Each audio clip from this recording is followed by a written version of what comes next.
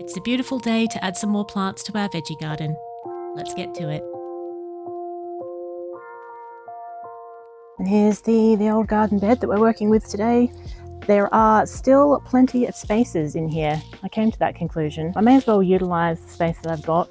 There's not a lot of planting areas that are ready just yet. I don't want to be put off from starting things just because they're not perfect. So here's what we've got. Snow peas. Now these are full sun. In fact, I think all of this is full sun. Now these grow up to 80 to 90 centimetres, so these are going to have to be staked. I've also got some garden peas as well. This punnet of garden peas actually has 6 little seedlings in there. So I think each plant is expected to give half a cup to a cup of peas. Both these and the snow peas are going to have to be staked or have something that they can grow up. Now I also got some more marigolds. I absolutely love marigolds. The ones that I just got for the other garden were a slightly different variety. These ones are what's the name?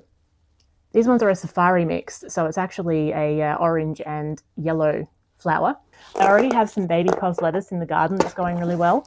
And I decided that I would like to get into like the succession planting, so have more ready to go as those ones start to die off. So I've got a constant supply of lettuce. So this time I got the normal regular size cos, and there's 4 of those. We also have a green dragon broccoli. I've never planted broccoli. I think one broccoli plant is expected to give 1 large broccoli head, and then it can shoot off maybe 3 to 5 smaller broccoli heads. So that's going to be a really interesting one. This is mint. I'm not going to plant this in this garden bed. It's not for our consumption.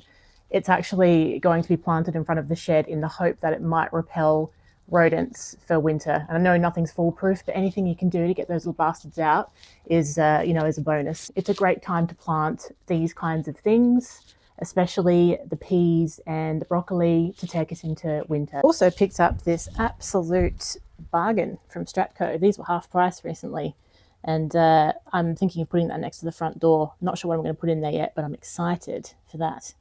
Also picked up these very, very cool planters. These need to be prepared. I'm actually thinking of trying something new for these and going for the old hugel culture, I think they call it. I want to get these prepared. Not sure what I'm going to put them in them yet. That will be a future video.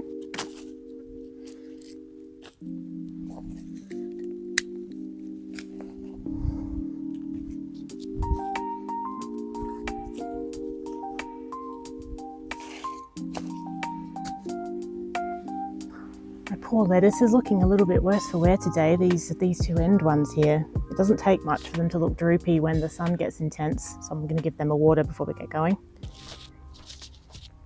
Does anybody else find those spider attacking wasps absolutely terrifying? I think this sunny spot will be good for the peas. We can put some little sticks in to stake them up.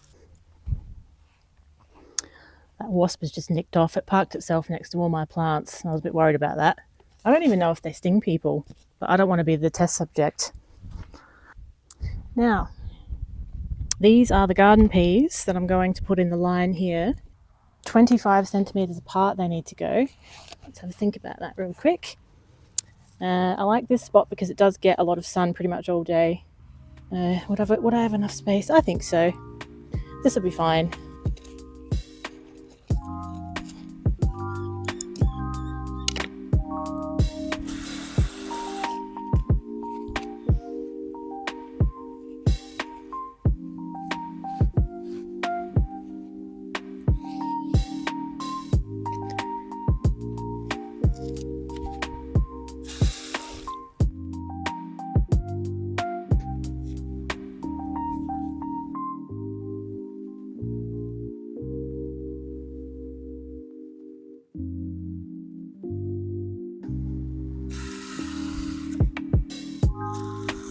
Really gentle water there because they are fragile.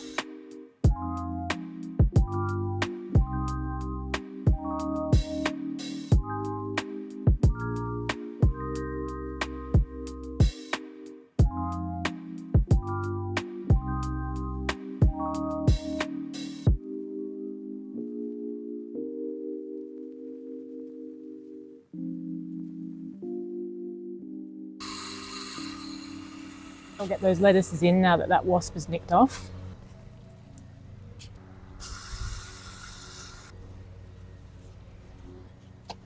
Right. Those lettuces are already perking up from that water I did like 15 minutes ago. They're so strange, aren't they? 4 lettuces. I need to check how far apart are they? 30 or 25. Okay. They don't go very deep into the ground. I think our hoses will get themselves caught on anything. You could have it dragging across a football field and there'll be one stone on that football field, and that's the thing that your hose wraps itself around. Also, this is the most stressful part of planting, is pulling seedlings out of the seedling packet. Especially these little dainty ones. I can be a bit heavy-handed as well, like I'm the first to admit it. So I'm working on that.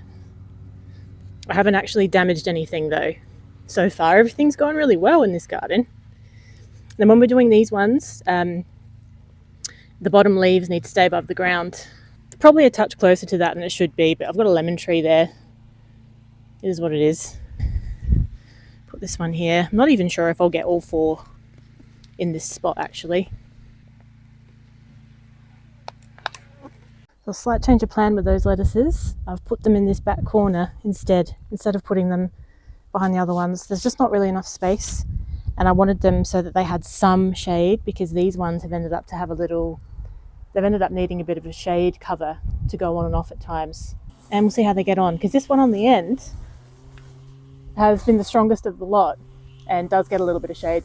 Having to be a bit strategic about where the camera goes. It keeps overheating in the sun today. We're going to do the broccoli and the snow peas. This is going next to the thyme. God, this gets up to 90 centimetres high, which is that's quite surprising. I think that's going to be quite a substantial plant, because it says that it wants to be 45 centimetres apart if you're planting multiples. So I think it can have its own spot. Got lucky there, didn't it? It's really, really hard to believe that this is going to produce broccoli. I had some really nice seasoned popcorn broccoli the other day, and I'm going to have to try and recreate that. I've never been excited about broccoli in my life until I had this popcorn broccoli. I might stick the snow peas wherever I can fit them in the sun. An area along one of the back fence parts next to the marigolds and the strawberries. I forgot there was 6 of them. They only need to go 10 centimetres apart though, so I think we'll just make it work. That's the attitude I've got today.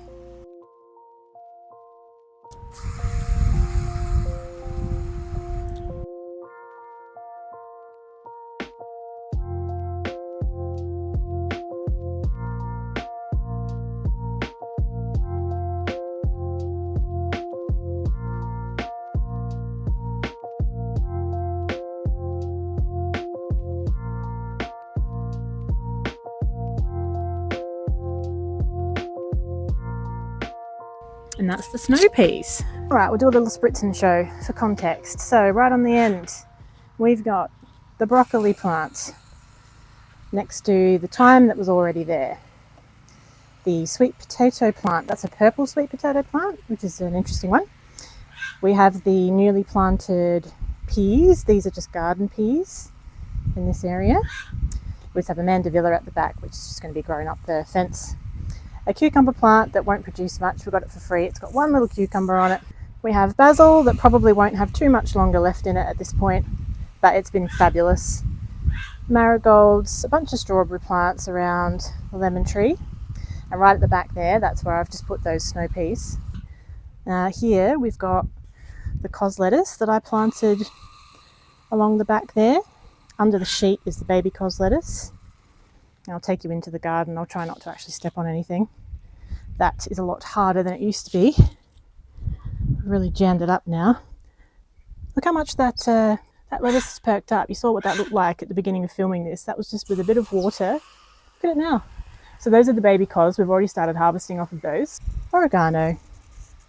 More marigold. There's a rosemary plant in the back corner over there. And it's this back corner where I decided to just try a couple of lettuces that will get a little less sun, and I don't think it's going to hurt them actually. I've still got these the safari mix marigolds, but I can't fit them in there now, but I really need to allow room to actually move around the garden at this point. John's made a request for these to go in the front garden bed that he's working on. And you know, the timing's good because it's nearly lunch and I'm actually starving. Thanks so much for hanging out today. We'll catch you next time.